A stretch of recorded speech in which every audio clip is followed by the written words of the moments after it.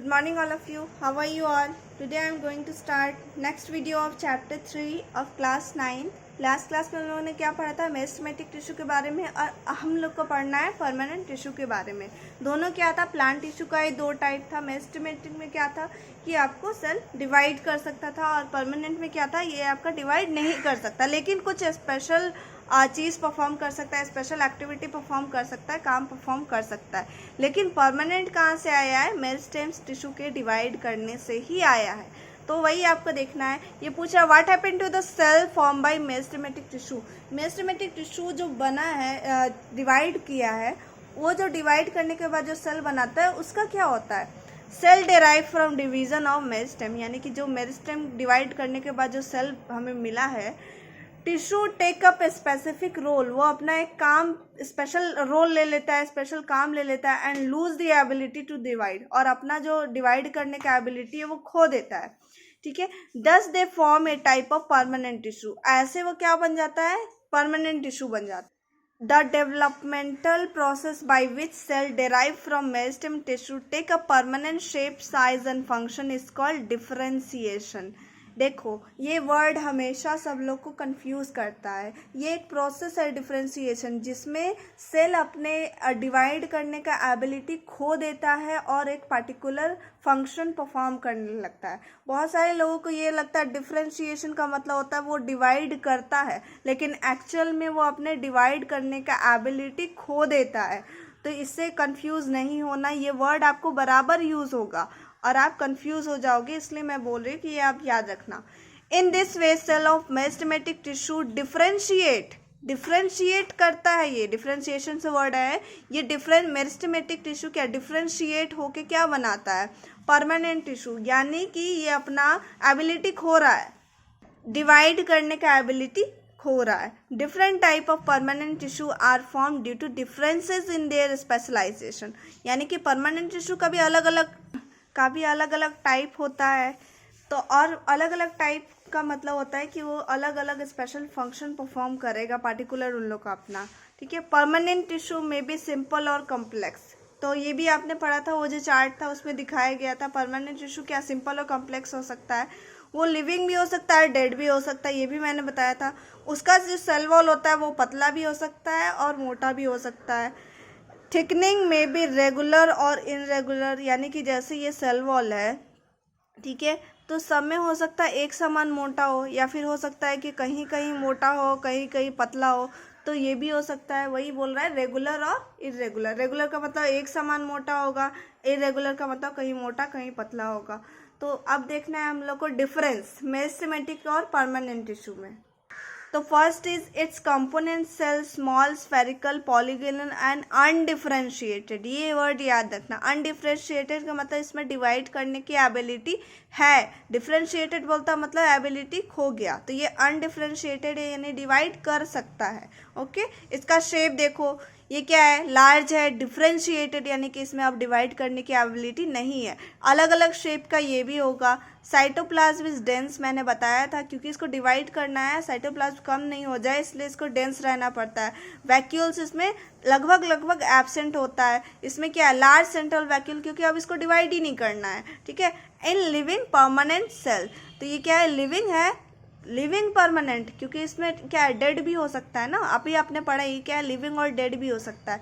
तो ये क्या है? लार्ज सेंट्रल वैक्यूल किस में होगा? लिविंग परमानेंट सेल में, जो लिविंग है उसी में होगा। इंटरसेलुलर स्पेसेस आर एब्सेंट, मैंने बताया था कि सेल के बाहर कोई भी स्पेस नहीं है, सब एक दूसरे के काफ़ी क्लोज है सेल। ठीक है, अरेंज है। तो ये कुछ ऐसा था आपका स्ट्रक्चर। ठीक है, काफ़ी पास पे था। नेक्स्ट क्या है? Intercellular spaces are often present, यहाँ पे प्रेजेंट होगा। Cell wall of it cell is thin and elastic, क्योंकि इसको डिवाइड करना है। अगर सेल वॉल मोटा होगा तो डिवाइड करने में दिक्कत होगा। सेल वॉल क्या है? थिन और थिक। थिन भी हो सकता है, जो लिविंग होगा उसमें थिन होगा, और थिक किस में होगा? जो डेड होगा उसमें। Next is nucleus of each of the tissue is large and prominent. Prominent यानी निश्चित। ठीक है, लार्ज होगा और निश्चित होगा, यानी कि उतना ही साइज होगा, उसको कहीं इधर उधर नहीं होगा, सेंट्रल पोजीशन में होगा।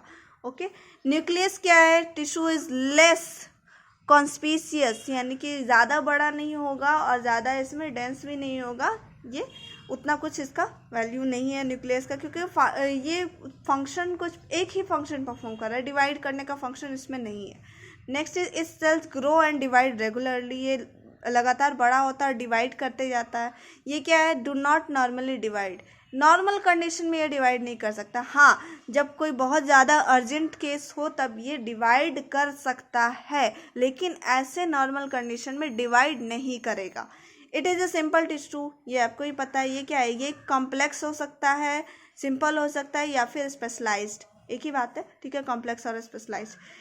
It's cell are metabolic active, क्योंकि ये कंटिन्यूसली डिवाइड कर रहा है तो इसको सब चीज़ के लिए एक्टिव होना पड़ता है। मेटाबॉलिक एक्टिव होना, हर एक चीज़ बन रहा है और कुछ कुछ टूट भी रहा है, तो वो क्या होता है, मेटाबॉलिज्म होता है।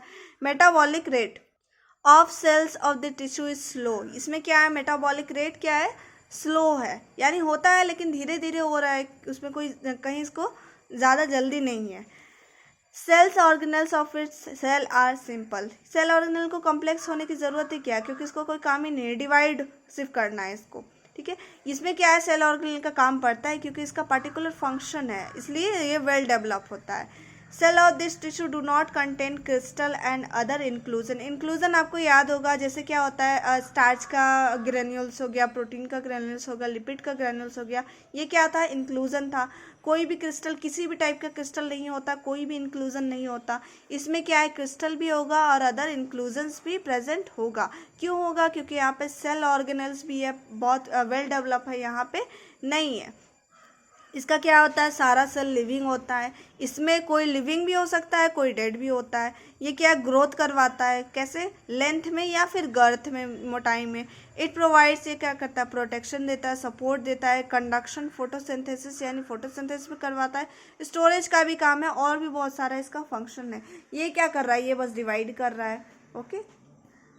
नेक्स्ट क्या है, एक्टिविटी है, to understand the structure and function of various type of permanent tissue you have to study anatomy of plant organs such as root, stem, flower, leaves, इस सब का एनाटॉमी आपको परफॉर्म करना पड़ेगा। एनाटॉमी का मतलब होता है आपको, कोई टॉमी का मतलब होता है कट करना, कोई भी चीज़ को कट करना, ठीक है। तो कट करके जो आप स्टडी करोगे उसको, वो क्या हो गया, एनाटॉमी हो गया। तो आपको क्या चीज़, प्लांट के पार्ट को कट करके उसका स्टडी करोगे। Plant for studying plant anatomy you have to cut thin transverse section slides of internode of young and old stem। Transverse section का मतलब होता है जैसे ये पेंसिल है और मैंने ये ऊपर से ऐसे काट दिया और मैं ऊपर के हिस्सा से इसको स्टडी करूँगी, यानी इधर से, ठीक है, इधर से काटूंगी और इधर से स्टडी करूँगी, तो वो क्या हो गया आपका transverse section. Young internode of young and old stem. Internode आपको मैंने बताया था स्टेम का ये बीच वाला पोर्शन, जिसमें दो नोड के बीच वाला पार्ट, यहाँ से आप कट करोगे और ऊपर से स्टडी करोगे, लेकिन ये जो पार्ट कट कर रही है ये काफ़ी पतला होना चाहिए, ओके। नेक्स्ट क्या है, stain with them saffron stain, mount the saffron stain, ठीक है, सैफरन ये ऑरेंज कलर का होता है। Mount the stain section in glycerine, glycerine में डालना होता है। एंड स्टडी अंदर ग्लिसरीन क्यों, क्योंकि ये क्या होता है, वाटर लॉस से बचाता है, ताकि उसमें पानी की कमी ना हो जाए, ओके।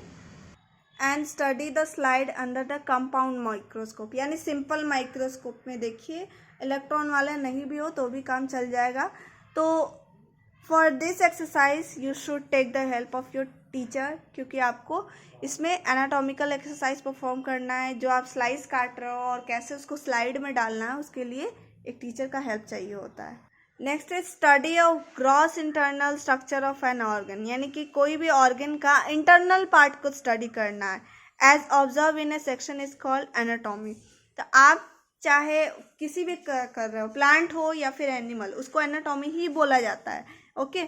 ग्रीक में मतलब ग्रीक वर्ड है ये, एना का मतलब क्या होता है, अप, और टेमनेन का मतलब होता है कट। तो सिंपली मैंने बताया टॉमी का मतलब होता है कट करना, ओके।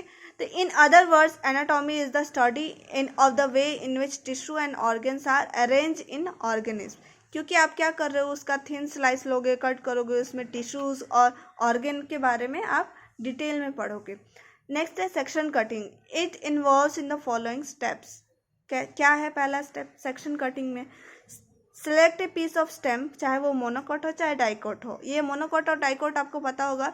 ये मोनोकॉट क्या होता है, जिसमें सीड में एक ही कॉटिलेडन होता है। जैसे क्या हो गया, राइस हो गया, ये राइस क्या सीड है ना, तो इसमें क्या आप इसको 2 पार्ट में नहीं बांट सकते, मतलब ये ऑलरेडी पहले से नहीं बटा हुआ है। कहोगे कि मैं तोड़ दूंगा तो वैसे नहीं होता, ठीक है। तो अब आप चना ले लो ग्राम, तो इसमें क्या होता है, ये जैसे चना हो गया, तो ये वाला पार्ट क्या है, ये अपने आप 2 पोर्शन में बटा होता है, तो ये क्या हो गया, डाइकॉट हो गया, तो इसलिए इसको डाइकॉट बोला जाता है। यानी कि डाइकॉटिलेडन, कॉट का मतलब पूरा फुल फॉर्म कॉटिलेडन होता है।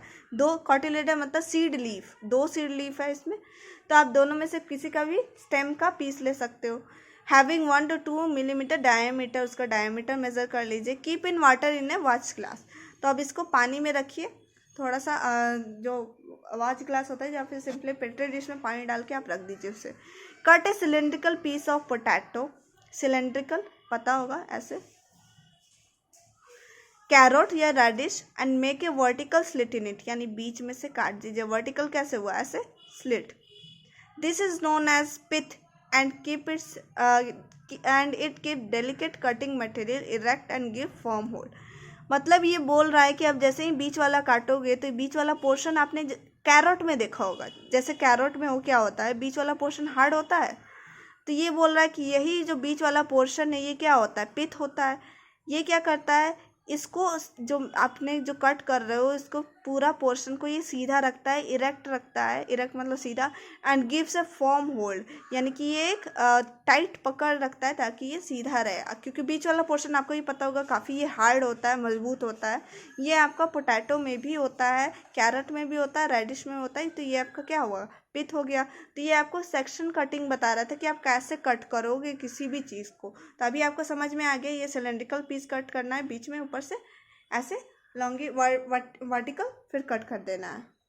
नेक्स्ट इज आपको ये क्या करना है, insert the material for section cutting into slit made in pith, keep the pith holding the material in your left hand. आपको जैसा दिखा ये सिलेंड्रिकल पीस था, ये रेजर है जिसमें ब्लेड होता है, ओके, तो आपको ये लेफ्ट हैंड में रखना है और इसको फिर कट करना है।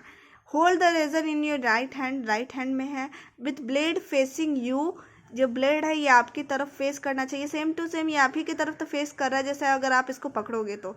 And handle it right angle to it, right angle आपको दिख रहा है, ठीक है, 90 डिग्री पे आपको रखना है।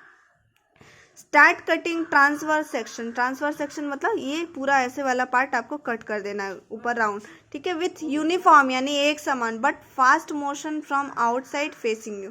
तो आपको ये ऐसे गोल घुमा के ये डायरेक्शन दिया हुआ है, कट करना है राउंड की तरफ, और ये आपको पतला स्लाइस काटना है। Collect the section cut on the edge of the blade, यानी कि जो भी आपके ब्लेड पे आ रहा है, जो पार्ट आया है कट किया हुआ, वो आपको उसको कलेक्ट कीजिए with the help of fine drawing या पेंटिंग ब्रश, ब्रश के हेल्प से इसको हटा दीजिए, कलेक्ट कीजिए और उसको रख दीजिए, ठीक है, क्लीन वाटर में in watch glass to avoid drying. Watch glass ये हो गया, ग्लास में रखना है आपको ताकि ये सूख ना जाए। Select a thin section of uniform thickness and stain it with saffron.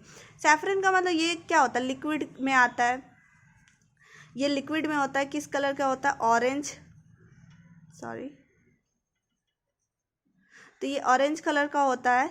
तो ये ऑरेंज कलर का आप इसमें कलर डालोगे सैफरिन ड्रॉपर के हेल्प से।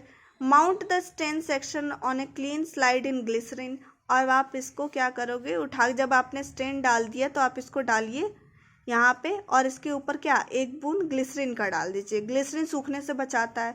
Cover it with cover slip, cover slip क्या होता है, यही ग्लास का स्लिट होता है, बस इसके ऊपर कवर कर देना होता है।